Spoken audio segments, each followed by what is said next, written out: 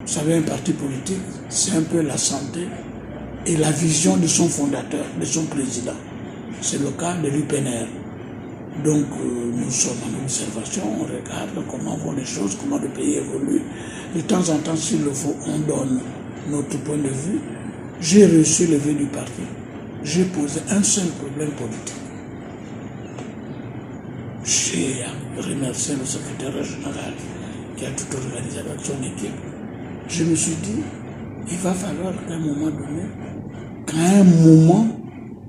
le CTR parle de l'amnistie.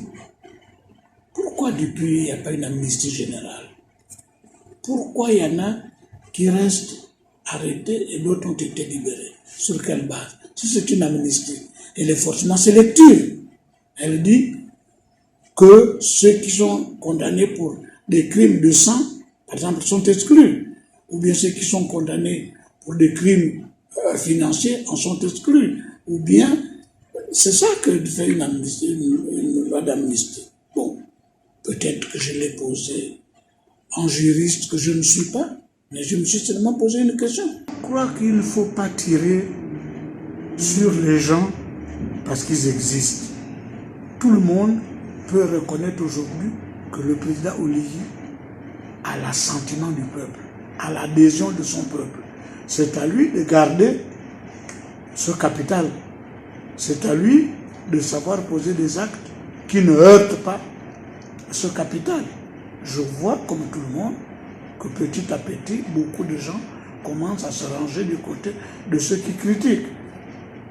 De moins en moins du côté de ceux qui soutiennent.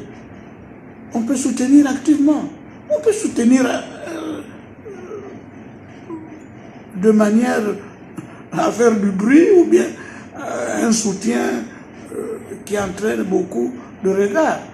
Mais je constate, peut-être pour le regretter, que beaucoup de gens commencent à se détacher au soutien actif au président Oligui. Parce que le fait d'avoir nommé Mme Bourancho président honoraire de la Cour constitutionnelle donne une autre connotation, pas parce que c'est Mme Bourancho, si, parce que justement c'est Mme Bourancho qui est restée 3 mandats à la tête du Conseil. Bon, ça voudrait dire quoi? Est-ce que président honoraire, c'est un 4e mandat? Les gens se sont en train de se poser des questions. Moi, je peux me poser ces questions, mais je n'ai pas le droit de le dire. Moi, je suis un observateur politique.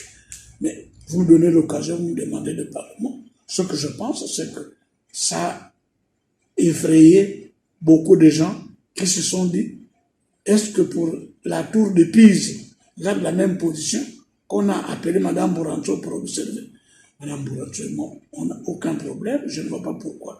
Me serais-je fendu en communiqué ou en commentaire là-dessus? Mais comme tout le monde, je n'en pense pas moins.